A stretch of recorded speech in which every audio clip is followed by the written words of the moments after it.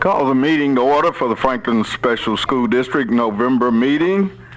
If you would please, as always, we ask you to silence your phones or any electronic devices, and also would ask if you would join us in a moment of silence.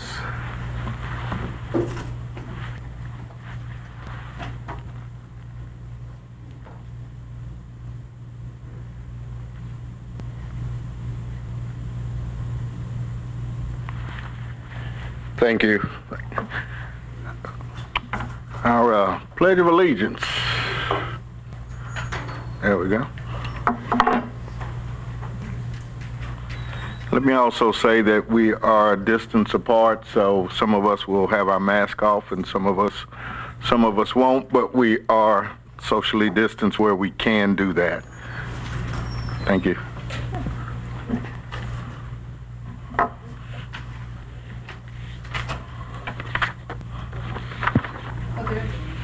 Did you hear me?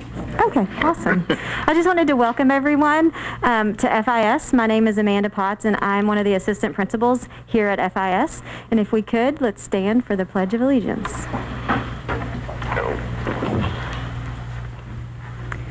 I pledge allegiance to the flag of the United States of America and to the republic for which it stands, one nation, under God, indivisible, with liberty and justice for all.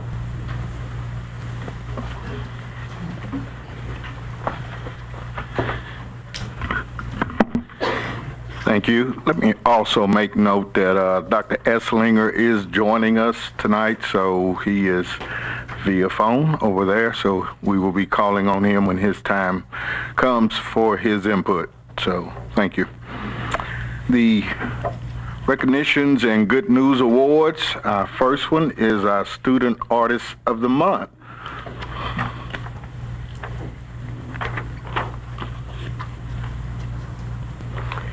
And we have Miss Kinley Holland from Johnson Elementary School. Is Miss Kinley here? Second grader Kinley Holland is the FSD Student Artist of the Month for November. Kinley completed her colorful masterpiece in art teacher Cassie Stevens' class doing a study of the colors of the rainbow. Combining art with science, the students Kinley learned the orders of the colors in the rainbow by remembering the mnemonic Roy G. Bill. Ms. Stevens said that Kinley created a repeating pattern of rainbows to create beautiful work of art that is full of life and color as she is. Kinley's beautiful artwork spreads lots of love and cheer to FSD employers who receive a birthday card during the month of November, and a special thank you to Sonic Always for our Artist of the Month with a $15 gift card. And if you have not seen it, absolutely beautiful. Thank you, Ms. Kinley. Good job. We'll ask Ms. Newman if she will do the remaining Good News Awards. The next recognition is for David Reynolds. Yay! Congratulations, Moore Elementary art teacher David Reynolds, who was selected to serve as the Franklin Special School District representative on the Franklin Public Arts Commission. The commission is composed of 9 citizens who provide guidance and oversight for art projects which are for public display in the city of Franklin. The commission reviews and makes recommendations concerning all aspects of public art, including policy, projects, acquisition, siting, education, and outreach to the Board of Mayor and Aldermen. The City of Franklin's public art program seeks to use art to enhance the quality of life for its citizens and visitors by encouraging a heightened sense of place, promoting a public initiative of outreach and education while working to preserve the city's rich cultural heritage and emerging urban form. We appreciate Mr. Reynolds' willingness to serve as a volunteer in this important role while promoting the talent of the city's young artists. Congratulations.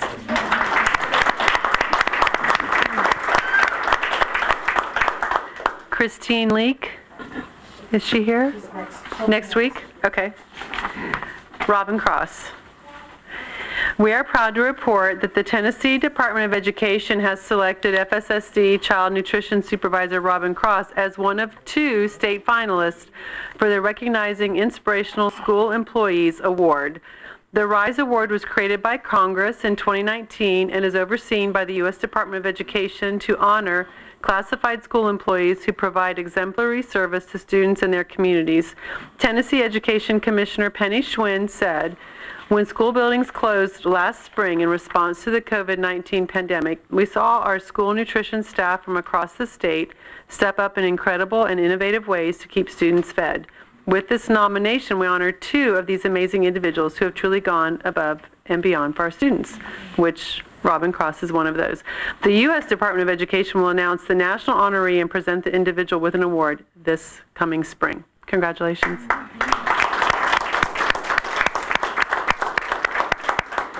The Freedom Middle Boys Tennis Team, are they here? Come on up. The Freedom Middle School Boys Tennis Team clinched its 3rd straight WMAA Division II Boys Tennis Team Championship. Woo! Yeah. They won this over a very competitive and talented Mill Creek Middle School on October 1st at Nolensville High School. As the number 2 seed going into the tournament, the boys had to defeat Thompson Station Middle School in round 1 and Hillsborough Middle School in the semifinals before defeating Mill Creek in the finals. The Freedom Middle players were strong contenders for their matches to some truly competitive and dynamic middle school teams to reach the championship. A special shout out goes to Nicholas Groh, Kellen Watson, Will Osteen, and Jaden Grissom, who have been members of the championship team for 3 straight years. The tennis team is coached by Holly Osteen. Congratulations. As a note, we did have some individual awards. So if you're here and raise your hand, the singles number 2 champion was Kellen Watson.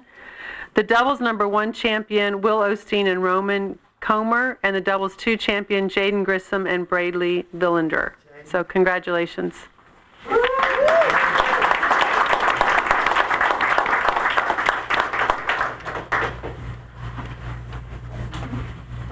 Oh.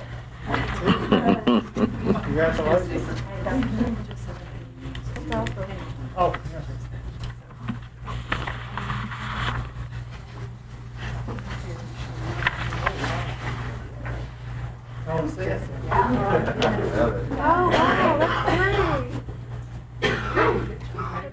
So they don't play in cleats and shin guards.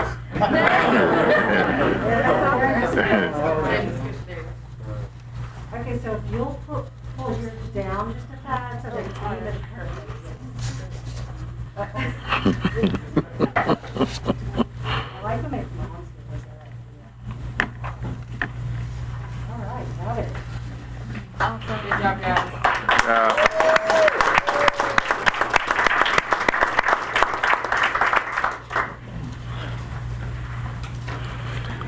Thank you. Thank you. Public input. Is there anyone for public input tonight? There is a podium. Please sign in. We see no one for public input. Well, then we will declare that public input is closed. Reports and presentations, teaching and learning. Dr. Decker, please. Yes, sir. Thank you so much. Tonight it is my pleasure to bring you the 3rd in a continuing series, Get to Know the Teaching and Learning Team. And tonight I'd love to share with you some information about our Special Populations Supervisor, Dr. Cheryl Roby.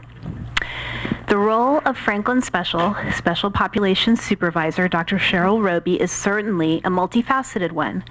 Dr. Roby oversees all components of special education, gifted education, and 504 programs of services, implementation, and compliance.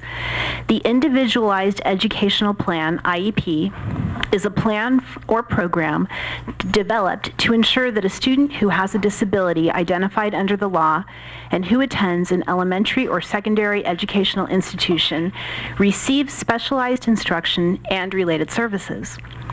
Because not all students who have disabilities require specialized instruction, a 504 plan can be developed to ensure that a student who has a disability identified under the law and is attending an elementary or secondary educational institution receives accommodations that will ensure his or her academic success and access to the learning environment.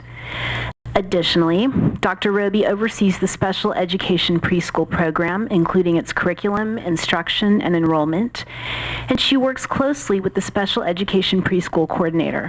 She is integral to the evaluation piece district-wide, coordinating the evaluations of the FSSD school psychologist and serving as the team evaluator as requested for special education positions in all 8 schools.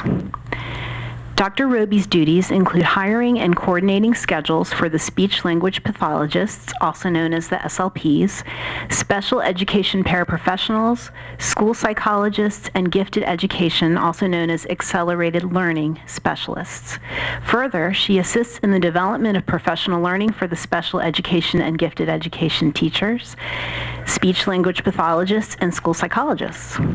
Dr. Roby also supports school administrators with special education and 504 plan questions or concerns at the school level. With the COVID-19 pandemic, the resulting spring 2020 extended school closure, and the novel current school landscape, adjustments to the way special education services are provided have been necessary. As always, it is the district's responsibility to ensure access and participation of all students in a manner that is equitable as well as meaningful. Dr. Roby leads every effort to ensure that lessons are of high quality and provide our students with disabilities numerous opportunities for engagement, discovery, learning, and application of skills. For students with IEPs who are virtual learners, a contingency plan is needed if the goals, objectives, and services will be addressed differently during virtual learning than as they are written in the IEP. And at this point, I would ask that you please welcome Dr. Roby. She's going to tell us a bit more about contingency plans. And here she is.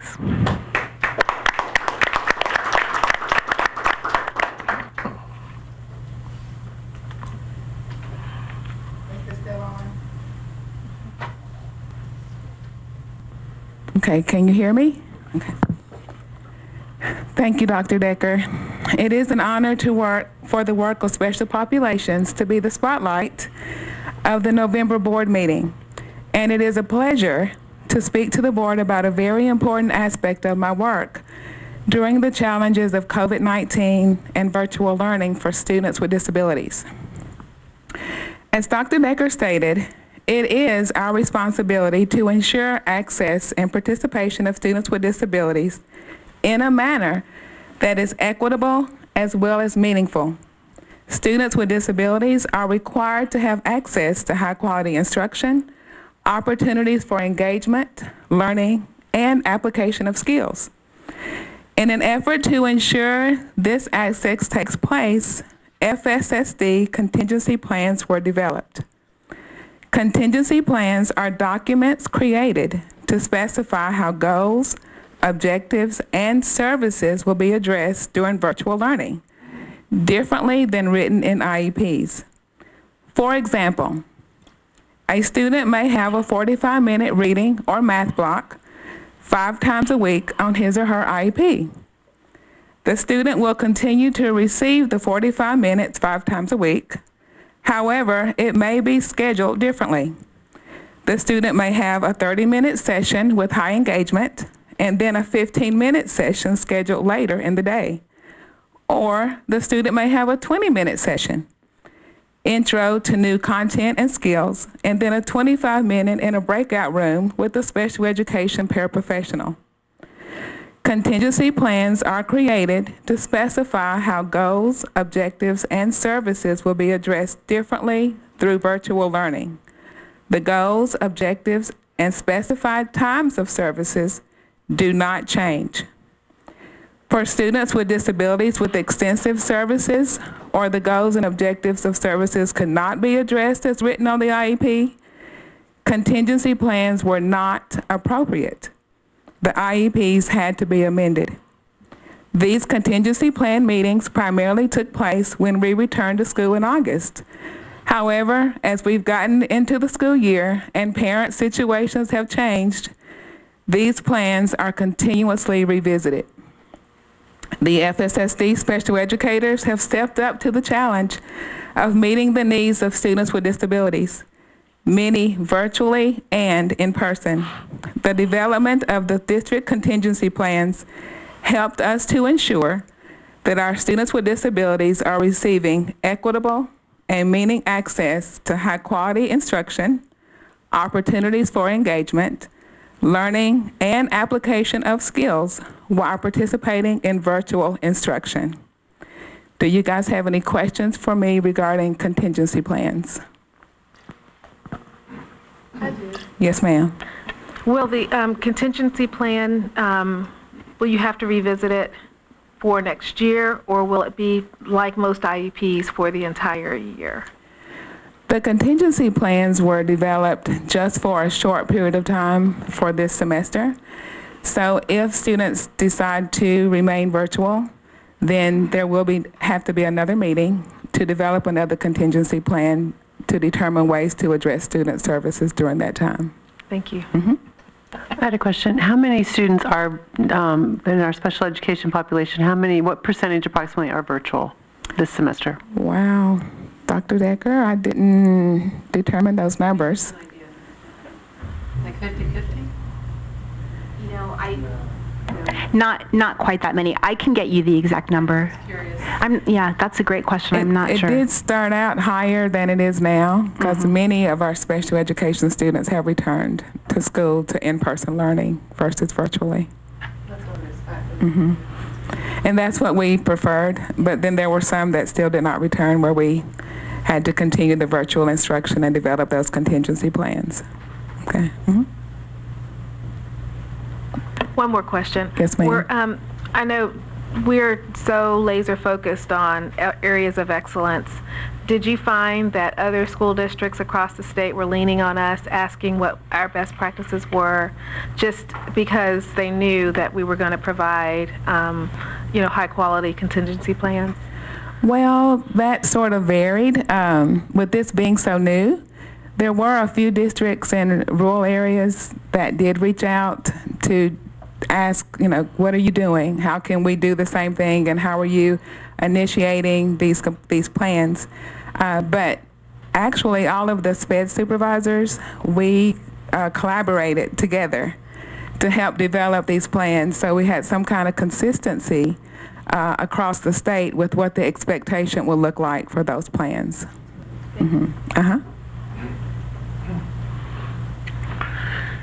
Any other questions for Dr. Roby? Dr. Decker, anything else? No, thank you, sir. All right. Thank you. Thank you. Thank you. Dr. Esslinger, I know you're over there somewhere. Good evening, everyone. Can you hear me? Yes, sir. Okay, good. Well, with the board's permission, I'd like to combine the construction report with item 4, a review of the bond-funded projects that are upcoming. The construction report you have in front of you captures 6 projects. 2 of them are presently underway, and that's the Poplar Grove Gym and the Performing Arts Center. And if you've driven down through there recently, you'll see that a lot of site work is being done, and foundation piers are starting to be put in this coming week. At Liberty, we have started phase 1. Demo is underway. Liberty's inside is changing significantly and quickly. We have site grading also begun on that site for the new mechanical locations of the central heat and air units. The next 4 projects listed on your construction report are planned for the future. We have begun discussions of program planning for our central office complex, and we will have some rough estimates and some rough layouts of the program for your review at the January board retreat. Also, we have a roof planned at Franklin Elementary for the 99 edition. We plan on beginning those documents in early January for an April bid target.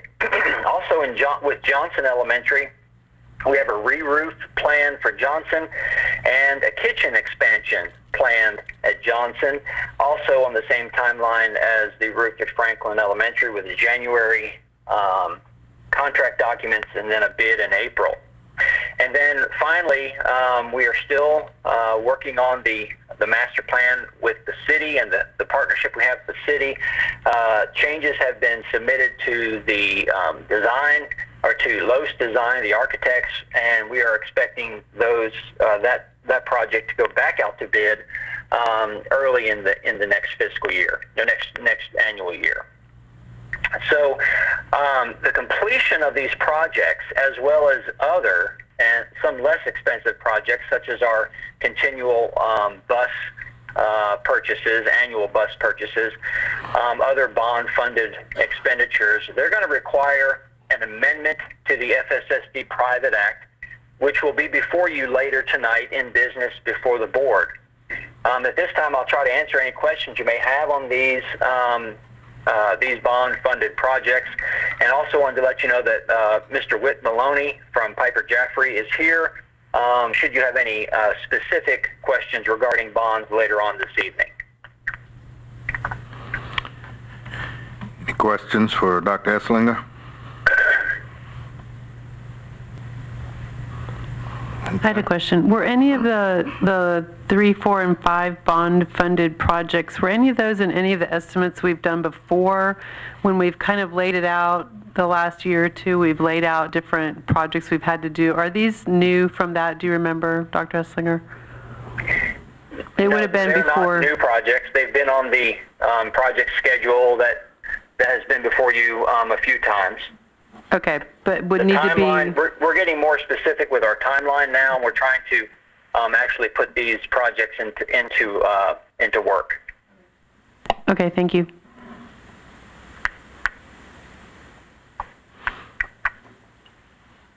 Anyone else? All right. Dr. Esslinger, anything else?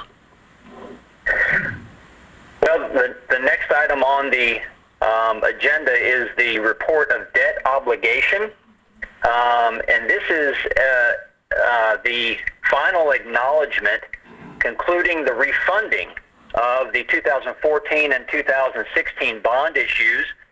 So this is the last document just acknowledging the fact that we have incurred this debt. However, do realize this is a refunding, and it will save the district approximately $45,000 annually for the next 8 years.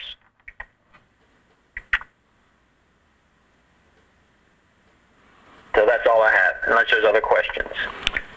Any other questions for Dr. Esslinger at this time? If not, thank you, Dr. Esslinger. We'll talk to you shortly. Thank you. All right. Approval of the board agenda. Is there a motion to approve? I motion to approve. Barker. I'll second. Second, Ms. Bell. All in favor? Aye. All right. Thank you. Approval of the consent agenda. Is there a motion? I'll make a motion. Mr. Townsell I second. and Ms. Barker. All in favor? Thank you. Business before the board. Dr. Snowden, item number 1.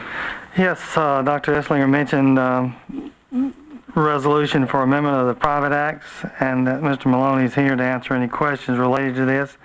This resolution recommends adoption of an amendment to Chapter 563 of the Private Acts of 1949 as amended to authorize the Franklin Special School District, Williamson County, Tennessee, to issue and sell school bonds and notes in an aggregate principal amount of not to exceed $45 million. And we recommend approval of this resolution that would go to our state representatives and state senator to go through the legislative process. All right, let's get a motion on the floor. I'll make a motion to approve. Ms. Bell, second. Second. Mr. Townsell, is there a discussion? So I just want to understand, because this always confuses me. So this is the resolution Dr. Esslinger was talking about that over the next 8 years actually saves us $45,000 a year? No. That was the bond, the refunding that, Refunding of the bonds. This is reissuing, this or is this is issuing new bonds. correct. Okay. Any other questions or discussion? As he said, Mr. Witt is here. If not, we have a motion and a second, and no further discussion. Seeing that this is a financial issue, we will do a roll call vote. We'll start to my left with Ms. Barker. Alicia Barker, yes. Robert Blair, yes. Alina Bell, yes. Kevin Townsell, yes. Jim Stillings, yes. Robin Newman, yes. All right. Okay, thank you. All right, thank you. Whit, thanks for being here. Appreciate it. I appreciate it, guys. Item number 2, policy revision method of election of officers, 1.200. This is a second reading. The revision had been requested. TSBA provided the recommended language. We recommend approval. Is there a motion to approve on second reading? Motion to approve. Ms. Bell, second. Second. Mr. Townsell, are there any discussion? Yes, please. Yes. Okay, so I know this is our second reading. The more I sit on this, the more I have concerns with it, or it just doesn't sit well. The board elects our officers annually, and hopefully we are doing this based on that person's knowledge and ability and respect we have for that person. Although I do believe the board should be able to, should have the right to remove somebody by vote, I don't believe it's the first step. I believe that the board can ask, out of respect for the individual who is volunteering in this position, ask them to step down from that office if they feel strongly, and if that doesn't happen, then an option can be to remove the person from office. I don't know how we can change this or add this in, but I feel like it needs to say something a little more.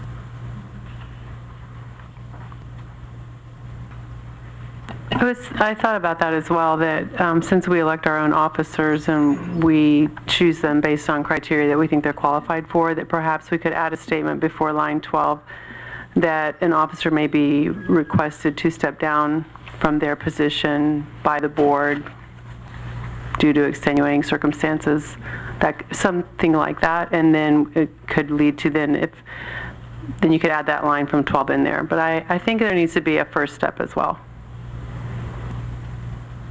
I don't know do we have to redo that, or do we have to get clearance from TSBA to do that? No, you can do that. I mean, TSBA is the one that provided the model language, but the board can add any language that they like, as long as we would pass it by TSBA to make sure statutorily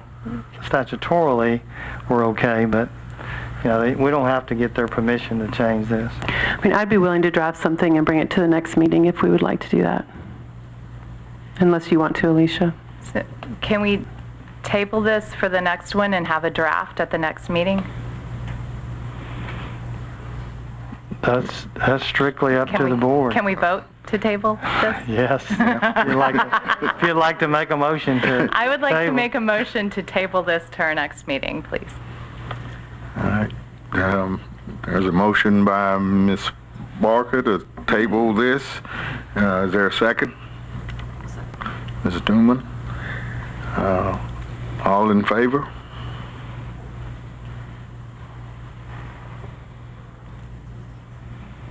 It's like the motion has failed. So we will continue with this as it is. All right, Dr. Snowden? Oh, I don't think we voted on We it. need to vote. Let us vote then. Did we have a motion We had other a than the motion and a table? second. Okay. All in favor of the motion? The first one.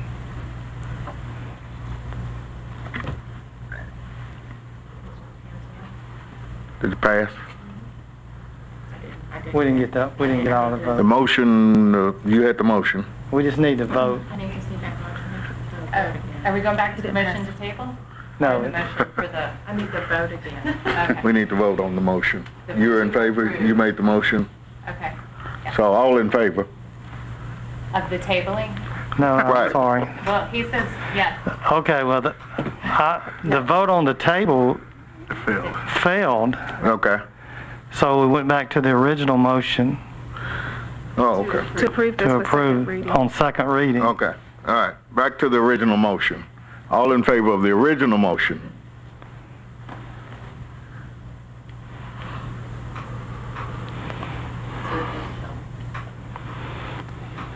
I'm, The motion. So it fails, okay. 3-3. Is that right? Are we good now? We had two motions, one to approve as is on second reading. I don't think that passed. Then we had Right. another motion to table. That didn't pass. We have to make some decision on this policy. Do we not? Well, it's second reading, and at this point, it failed on second reading, so that means you don't have a policy. With the additions made. Would that mean you pass it without the additions? That means you neither passed, it's not approved, and it's not, it stays as is.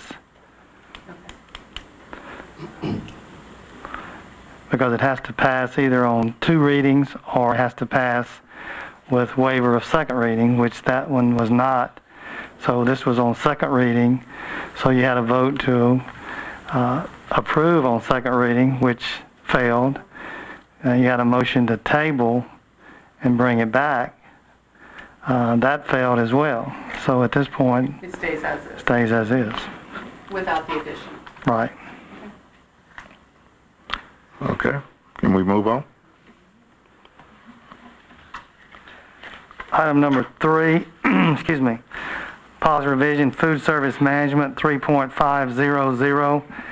This is a second reading as well. This revision request adds language derived from the Child Nutrition Programs training with the Chef and Group. The administration recommends approval.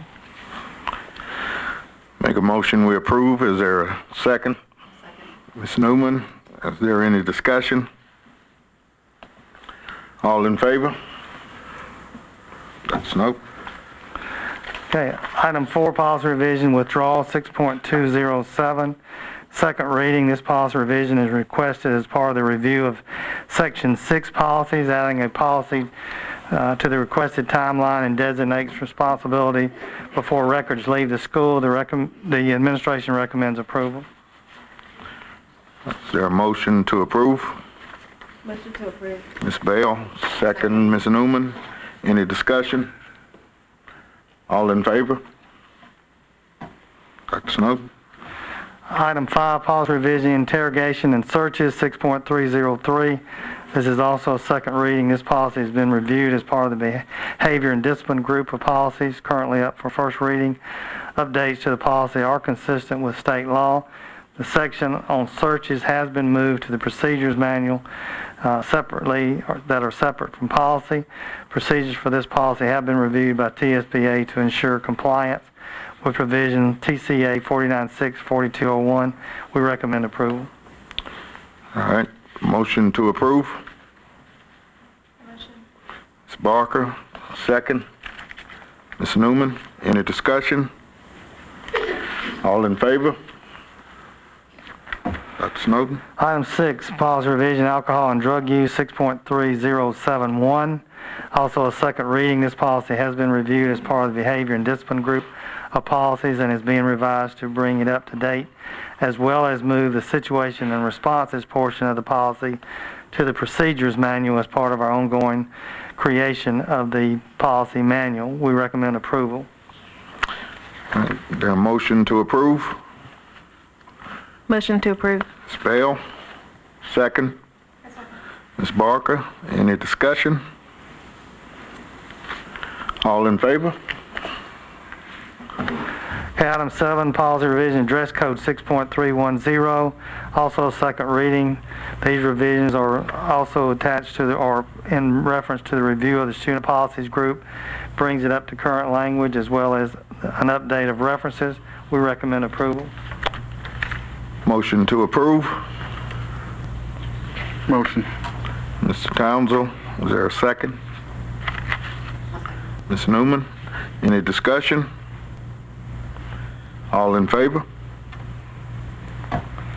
Item 8, policy revision, field trips and excursions, 4.302. This is a first reading.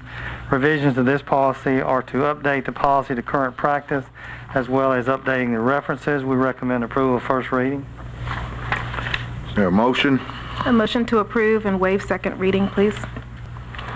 Ms. Bell, is there a second? I'll second that. Mr. Townsend seconds. Any discussion? All in favor? Item 9, policy revision, compulsory attendance ages, 6.201. It's also a first reading. The revisions in this request are part of the review of student policies that has been ongoing. Revisions remove outdated language and also updates the reference. The administration recommends approval of first reading. Is there a motion to approve? Motion to approve, waive second reading. Is there a second? Second. Ms. Bell, motion. Ms. Townsend, second. Any discussion? All in favor?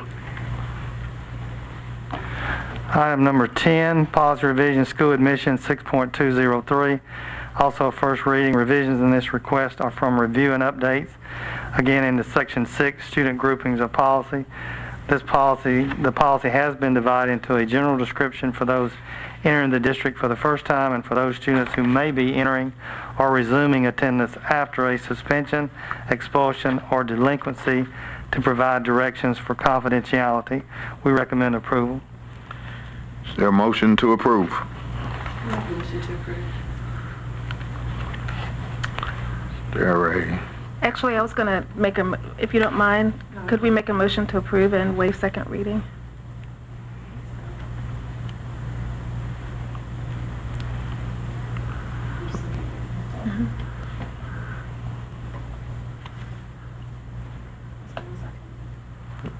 So, Ms. Newman, you make the motion? Second motion. Okay. Ms. Bell makes the motion. Ms. Newman seconds. Any discussion? All in favor? Dr. Snowden, Director of Schools report. Yes, thank you, Mr. Chair. Veterans Day Reverse Parade. This will be Wednesday, November the 11th, from 11 till 12:30. The parade route will be within Harlansdale Farm this year, and we'll have our Be Nice student ambassadors from each school that represents the district, as well as the FIS Bulldog Council, and then the combined bands of FMS and PGMS. The band will not be marching, but will be at a stationary spot along the parade route. This will be the case with all bands, including the high school bands from Williamson County. The public is invited to drive past the socially distant veterans and student groups this year so that everyone can be as safe as possible. The story bus will also be participating, and you're certainly, I think Carol sent an email for those of you that can and want to ride or walk along with the story bus during the parade. You're certainly welcome. At this point, the weather doesn't look great. I think this afternoon it was down to possibly 40%, but it was up to 60%. So hopefully the weather people will miss that prediction and it'll be 0% by the time of the parade. Also, monitoring of COVID-19 data spread. We continue to use our precautions in the schools and in district offices. Educational success and continued improvement in student learning are being celebrated during this time, with exclusions from school closely monitored so that education does not stop just because a student may be at home quarantining. As you've noticed from our reports, we've had some significant quarantines. Our COVID district team meeting met this afternoon, and we talked that still most of our quarantines, our exposures, are happening outside of school. We don't believe we're having the evidence has not shown that we're having an extensive spread within school. But as we all know that, when people are on the weekends or during holidays or other times, there's a possibility of spread outside the school, which impacts each school. So we're still struggling with having enough substitutes. As I've said before, our principals are extremely creative. Our employees are extremely also cooperative and are willing to work and do everything they can possibly so that we can continue in-person learning. That's our goal. At some point, and we hope that doesn't occur, but when you don't have enough staff to properly supervise, then there's a possibility a school may have to go to remote learning. That's not obviously our choice. We want to continue in person. We believe it's best for students. Our students, again, I've said this before, but I'll say it again, our students and our teachers are working well. They're following the protocols. So we take it one day at a time. We don't know what tomorrow's going to bring, but we'll continue to focus, and we have a good relationship with our local health department. And our nurses are doing a fabulous job, along with administrators, in doing contact tracing. So I'll answer any questions that you may have related to that, or Ms. Fisher and Ms. Glass are here if they have any questions. I was just curious, looking at the reports, when we have a case and then we contact trace and send home, do we have an idea with the students or staff that are sent home, are most of those percentage-wise, I know you don't want to get into numbers, staying healthy? Are we having very low? So we're sending home a lot of people who are healthy, and then they're staying home healthy, and then they're coming back healthy. Is there any hope that we won't have to send as many people home in the future? Not really. Okay. We had that discussion. We had that discussion today, and we also have it every week with Dr. Fiscus from the State Health Department on calls on Monday. We used to have Monday, Wednesday, Friday calls at 1 p.m. and now we have Monday, Wednesday calls, and that question is asked to Dr. Fiscus, who represents the State Health Department, every week, and the answer is the same. Because even though the percentages are certainly, from our standpoint, and obviously from across the state, are very low in the number of people who are quarantined and actually become ill, but you don't know that. So then do you not quarantine as many, and then you run the risk of spread? Yeah. All we can do is what we are told by the State Health Department. We have to follow their guidelines. But for the most part, Amy, Selby, and principals, would you say that most people who are quarantined do not become symptomatic, do not become ill? So just out of curiosity, what is the morale of the people that are getting sent home and come back? I mean, are people hanging in there? And I would think that would be frustrating if you were healthy and sent home and had to, are the teachers that are sent home, are they switching to virtual with their classrooms at that point? And it's a combination of, some are switching to virtual. And, their classroom might still be here. Right. Again, going back to creativity, these ladies and gentlemen out here their creative juices never stop. And I don't think they stop working either. I think it's a 24-hour-a-day job as being the principal of a school during COVID. Other questions about COVID? I just want to make a comment. As a mom who's had 3 rounds of children having unknowing exposure, I'm very grateful for the prudence that you exercise in this. And we haven't had anything, prayers continuing to go up. But I think I speak for a lot of people who, with multiple children, it's a gamble. It truly is. And yet, even with seeing the numbers and seeing how hard it is, and knowing, feeling your pain, I guess I should say, I'm very grateful, and I just thank you again for your prudence. Next item, holiday performances. Our usual holiday performances are being weighed by individual schools on how they might occur, either virtually or in person. If a school does choose to have some type of in-person activity, health and safety protocols will be utilized to provide as safe an environment as possible. If they choose to have any in-person activities, they will occur with limited attendance, just like we have with other activities. Also, we're sad to have to cancel our annual retiree holiday brunch this year.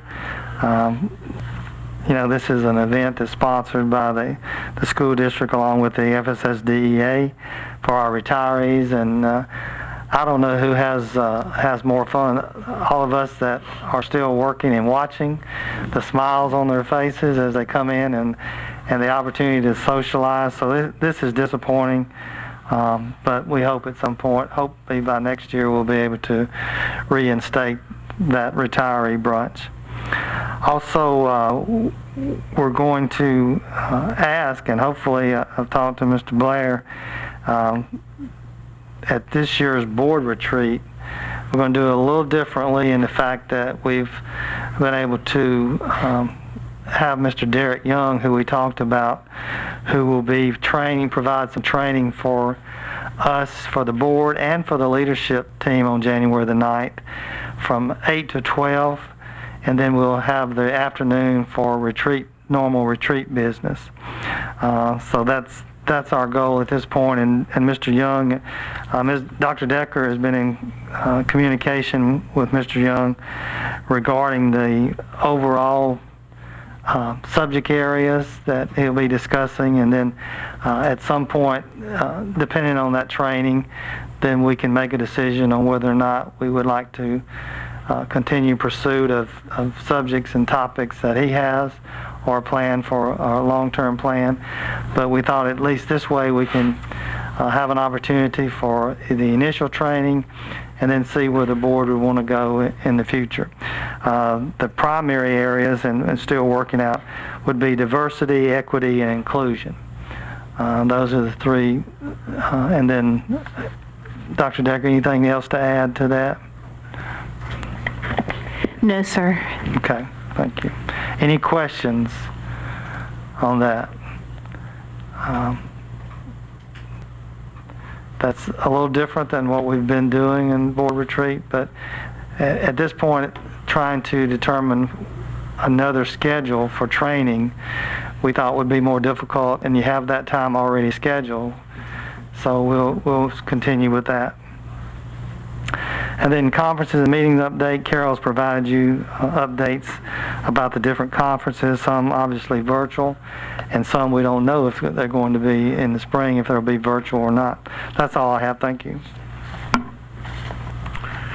Thank you, Dr. Snowden. Any questions for Dr. Snowden? All right.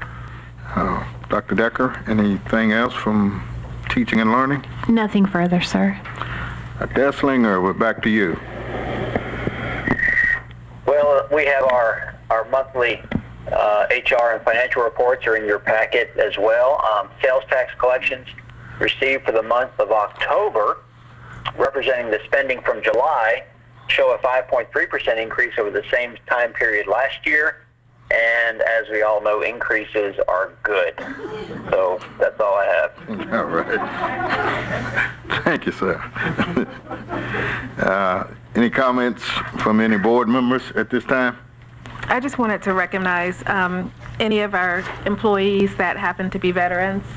Just wanted to thank them for their service. I know the prospective principals all know who they are, and you've probably done some great recognitions, but just wanted, from the board's perspective, for them to hear that we appreciate the work that they've done there. and also sent something to Representative Whitson just to thank him for his service as our state representative. Thank you. Anyone else? We talked to Dr. Snowden, and we have not fully determined, but we are looking to see if there will be a need for a December meeting, and we will let you know that as soon as possible. I know you would like to hear that but we have not concluded that, but we are working in that direction, so we will let you know as soon as possible. Any other announcements? If not, we are adjourned.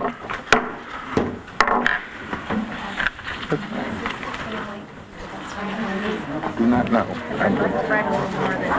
I'll be honest with you, I got it passed to me, I signed it and passed it to you.